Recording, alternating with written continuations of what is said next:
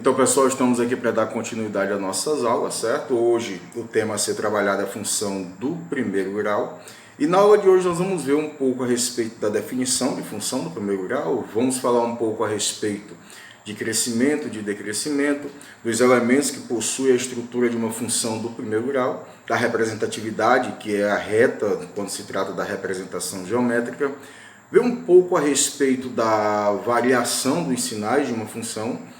Tudo bem tranquilo, bem simples, então fiquem comigo, prestem atenção que a aula de hoje está bem interessante.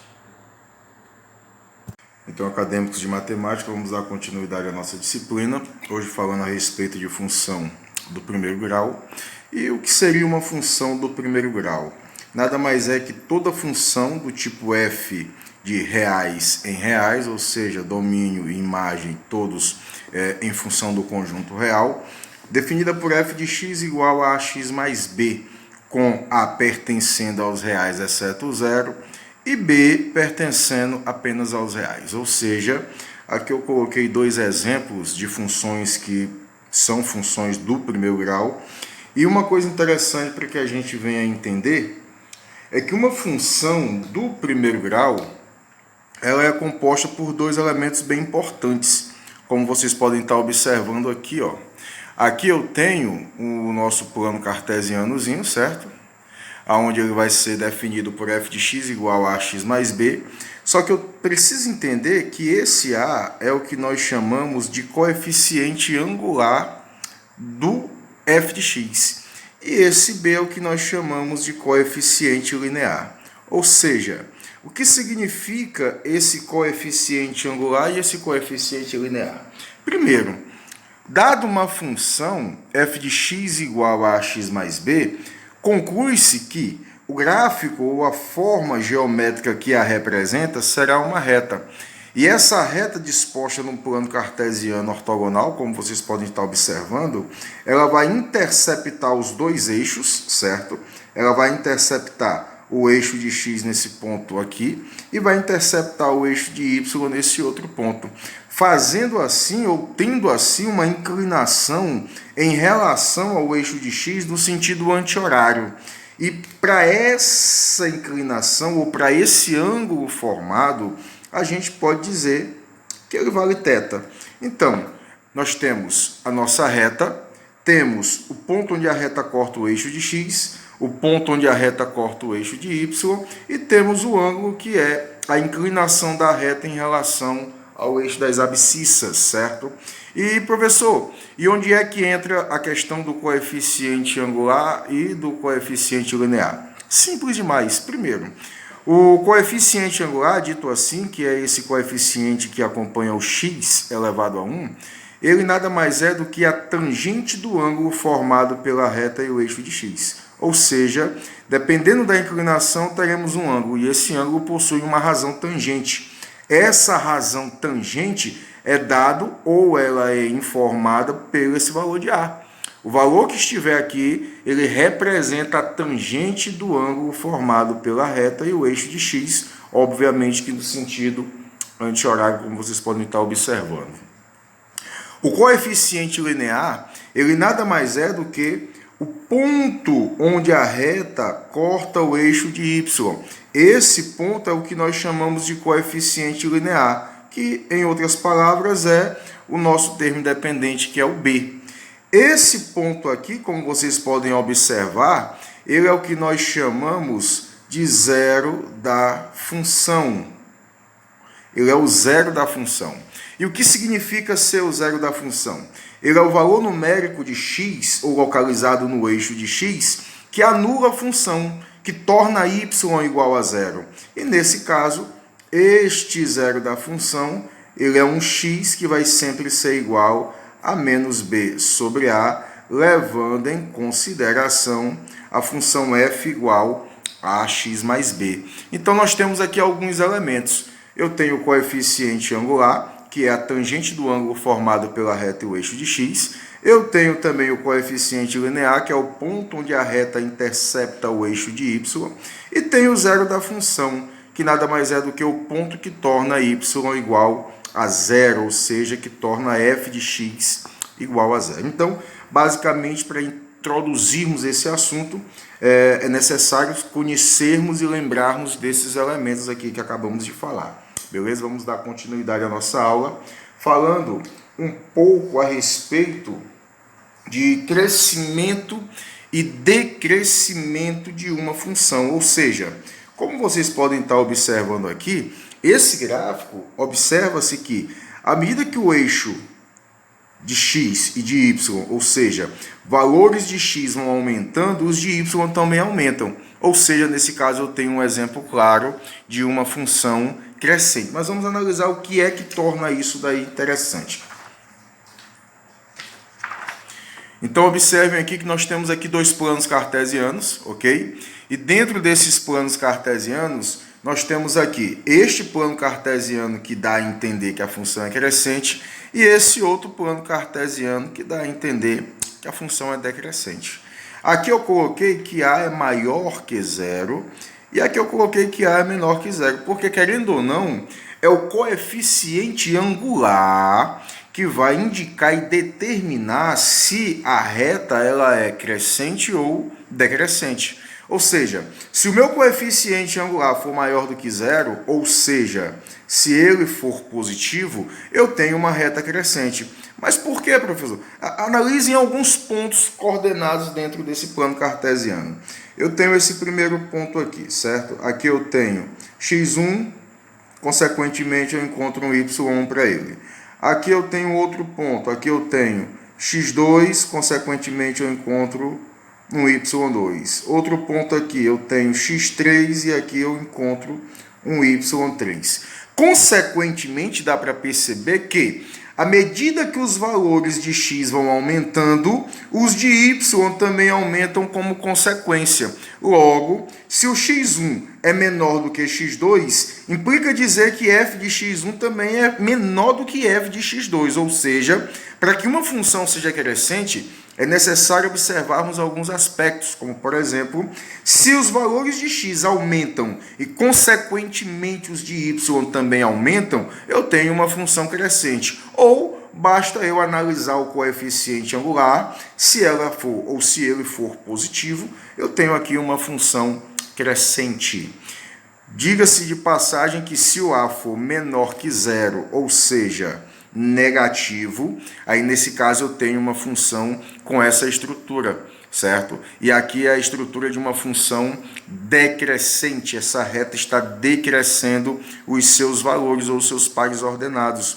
Então, é a mesma situação, ó. Imaginemos um ponto aqui, correto? Eu tenho aqui x1, que vai me dar um y1. Tenho um outro ponto aqui, x2, que vai me dar um y2. E tenho, consequentemente, aqui um outro ponto, que seria x3, que vai me dar um y3. Percebam claramente que, à medida que os valores de x estão aumentando, os de y estão diminuindo. Consequentemente, se na medida que os meus valores de x aumentam, os das ordenadas de y diminuem, isso significa dizer que eu estou lidando com uma função decrescente. Ou também basta analisar o coeficiente angular, que se ele for menor que zero, ou seja, negativo, ali está me dizendo que a minha função ela vai ser decrescente, certo? Resume-se de que se x1 é menor que x2, implica que f de x1 tem que ser maior que f de x2. Então, é essa situação que vai me fazer entender o crescimento e o decrescimento de uma função do primeiro grau.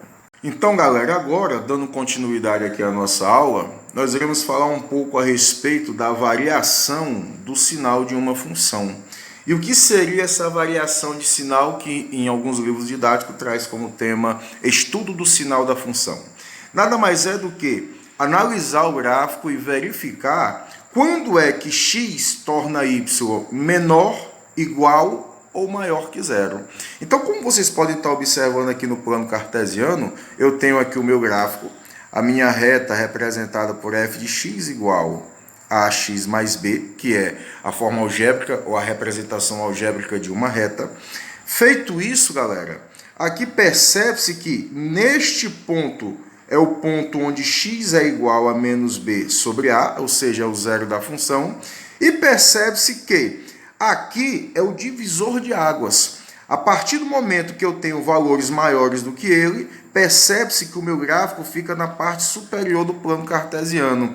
E quando eu tenho valores menores do que ele, o meu gráfico fica na parte inferior do plano cartesiano. Logo, como consequência, dá para se entender que, na medida que os valores de x são maiores que o zero da função, a gente vai ter, certo? Uma situação como essa. Neste caso, aqui eu tenho y maior que zero. E se porventura os valores de x forem menores que o meu zero da função, nesse caso eu tenho meu y sendo menor que zero. Ou seja, aqui y positivo, aqui y negativo. E neste caso em especial, certo? Aqui é onde y vai ser igual a zero. Então, estudar o sinal de uma função nada mais é que analisar o gráfico e verificar quais os valores de x tornam y negativo, positivo ou igual a zero. Então, vamos analisar a seguinte situação aqui, ó. Aqui eu trouxe dois gráficozinhos, certo? Aqui, no caso, basta o eixo das abscissas para a gente poder fazer essa análise. Então, se o meu A é positivo, ou seja, se o coeficiente angular é positivo, a minha reta é crescente. Consequentemente, aqui eu tenho x igual a menos b sobre a, e aqui, como já foi dito, y vai ser maior que zero. Nesse caso aqui, eu posso concluir que y vai ser menor que zero. Subentende-se que, para esse estudo, todo valor maior que o zero da função torna y maior que zero.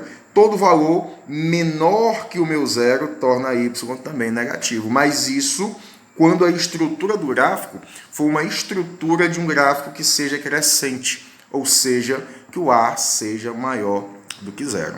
Nesse outro caso, já temos um gráfico no qual o A ele é menor que zero. E se o A é menor que zero, subentende-se que minha função ela é decrescente. Então, continua aqui sendo x igual a menos b sobre a, porque continua sendo o zero da função. Entretanto, aqui, ó, os valores menores do que o zero da função é que tornarão y maior do que zero. E, consequentemente, os valores que são maiores do que o zero da função é que tornarão y menor do que zero. Ou seja, para cada caso eu tenho uma situação. Se o A for maior que zero, o estudo do sinal fica dessa forma. Se o A for menor do que zero, o estudo do sinal fica dessa forma. Mas, ressaltando, estudar o sinal de uma função, seja ela de qual for a função, primeiro, segundo grau, logarítmica, exponencial, modular, estudar o sinal de uma função é verificar para quais valores de x o teu y ou a tua função será positiva, negativa ou quando é que ela vai ser igual a zero, ok? Então vamos dar continuidade ao assunto, respondendo alguns exercícios para fixar melhor esse tema na mente de vocês. Então, galera, temos aqui alguns exercícios de fato bem simples, não chega nem a ser simples, de ser simples mas o fato de vocês já conhecerem, já terem estudado, terem noção do que nós estamos falando, torna a coisa mais fácil ainda.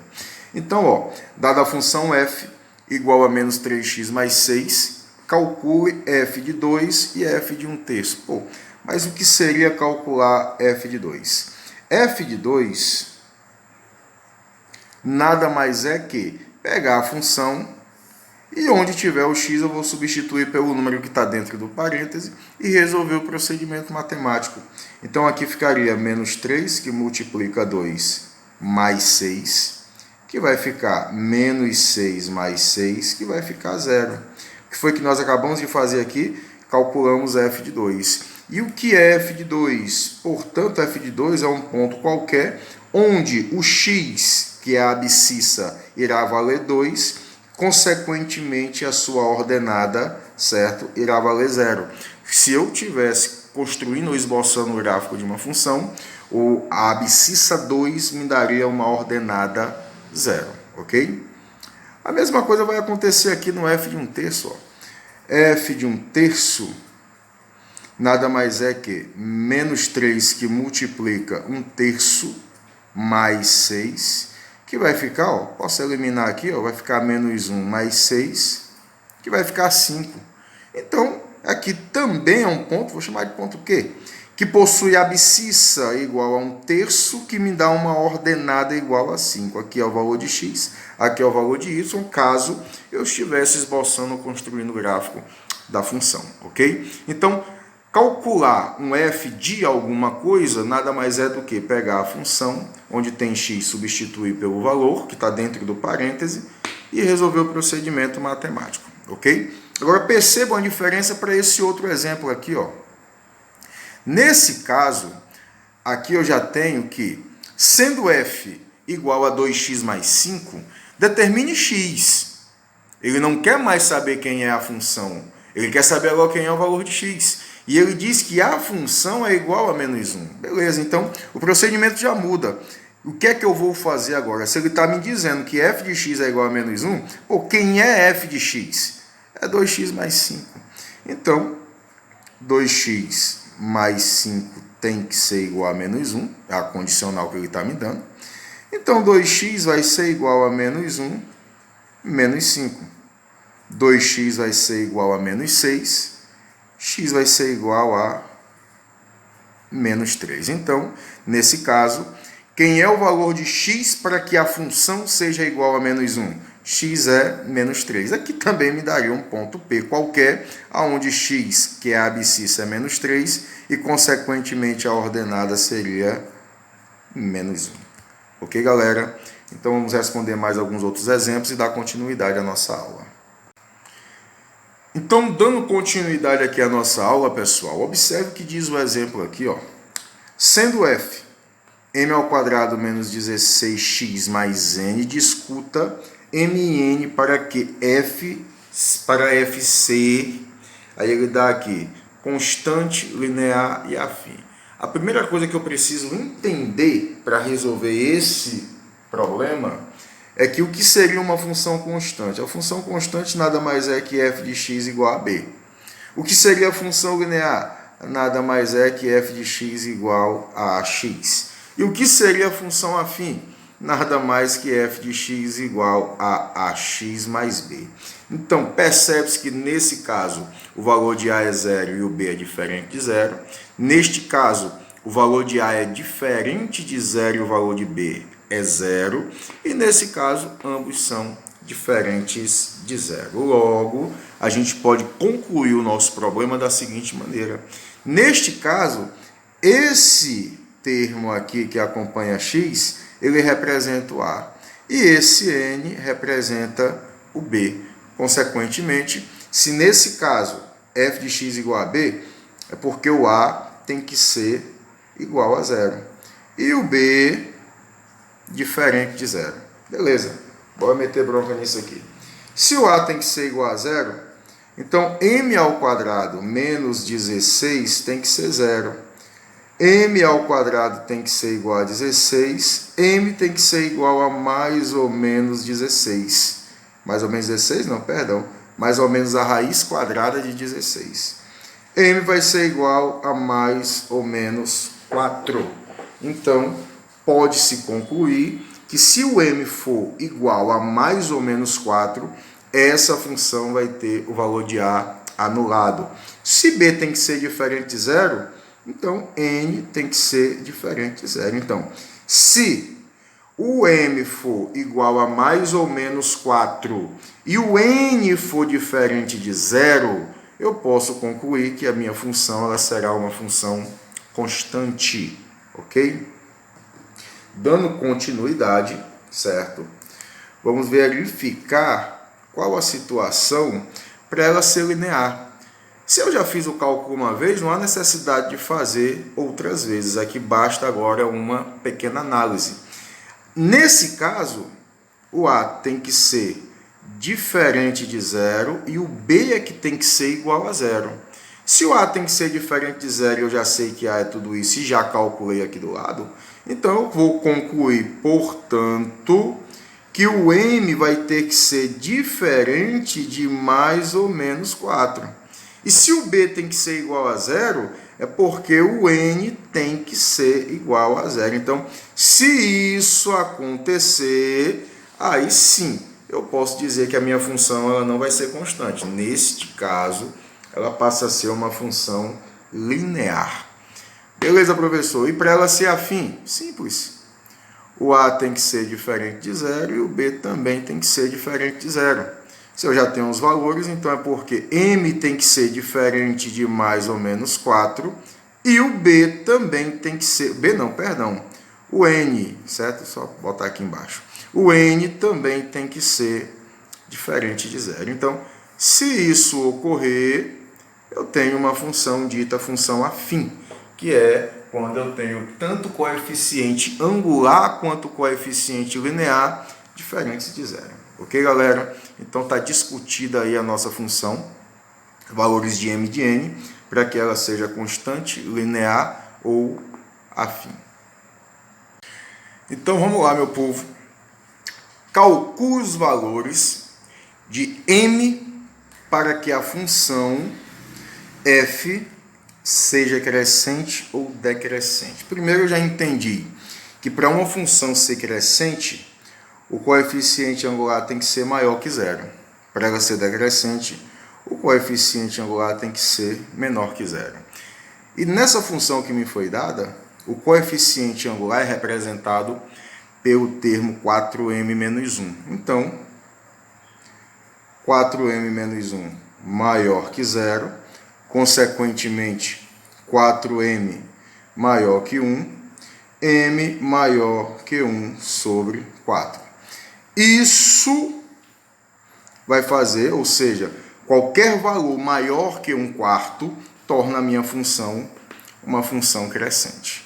A mesma coisa aqui, ó, 4m menos 1 menor que 0, 4m menor que 1, m menor que 1/4. Todo e qualquer valor menor que 1/4 torna a minha função decrescente. Daí, entendam uma pequena situação aqui, ó, só a título de informação. Se eu tenho numa reta o valor 1/4, valores maiores do que 1/4 tornam a minha função crescente. Valores menores que 1/4 tornam a minha função decrescente. E se ele for o próprio 1/4, o que aconteceria com a minha função? Simples, ó. Se eu pegar e substituir esse m por 1/4, 4 vezes 1/4 dividido para 4 dá 1, 1 menos 1 é 0, 0 anula o x, e eu tenho f de x igual a 2, aí eu teria uma função constante. Ok, galera? Então tá aí. Para ela ser crescente, maior que 1/4, decrescente, menor que 1/4, e se ela for o próprio 1/4, me daria uma função constante, porque ela acabaria anulando o x, ok? Então vamos lá, ó. Estude a variação de sinal de f e g. Mas, pô, o que é a variação de sinal de f e de g? Primeiro, para fazer um estudo de sinal de uma função do primeiro grau, eu preciso seguir alguns passos. Primeiro passo, encontrar o zero da função. Então, o que é zero da função? É pegar a função, condicionar ela a zero e descobrir qual é o valor de x. Nesse caso, eu tenho 9 igual a 3x, onde x vai ser igual a 3. Esse é o valor que torna a função zero, nula. Beleza? Feito isso, vou colocar aqui, ó, na minha reta orientada, e vou colocar aqui o nosso amigo zero da função, certo? Vou perceber que o coeficiente angular ele é negativo. Se ele é negativo, a minha função ela é decrescente.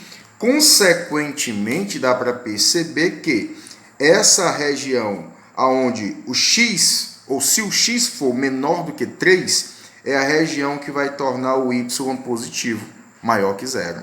E os valores de x que são maiores do que 3 vão tornar o y negativo. Ok? Então, a variação de sinal da função f é essa. E, professor, se for o próprio 3, aí aqui é a condição do y ser nulo. Por quê? Porque 3 é o zero da função. A mesma coisa vai acontecer aqui, galera. Ó, observem. Se eu tenho 4x menos 8, condiciono ele a zero, que é calcular o zero da função. 4x vai ser igual a 8, onde x vai ser igual a 2. Encontrei o zero da função. Vou colocar aqui a minha reta real.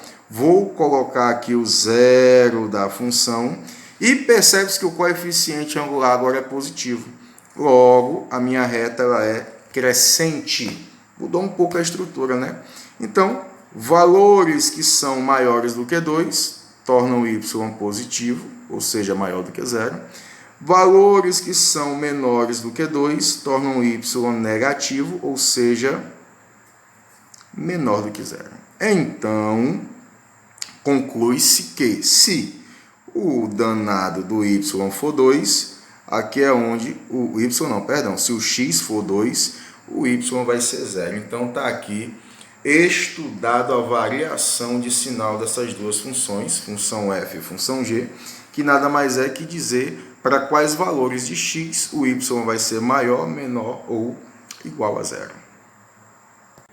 Então, pessoal, nossa aula chegou ao final. Espero que tenham entendido. Assim como sempre falo nos meus vídeos, se não entenderam, entrem em contato comigo, que vai ser um prazer estar tirando as dúvidas de vocês. Então, de já desejo a todos um forte abraço, bons estudos e até a próxima.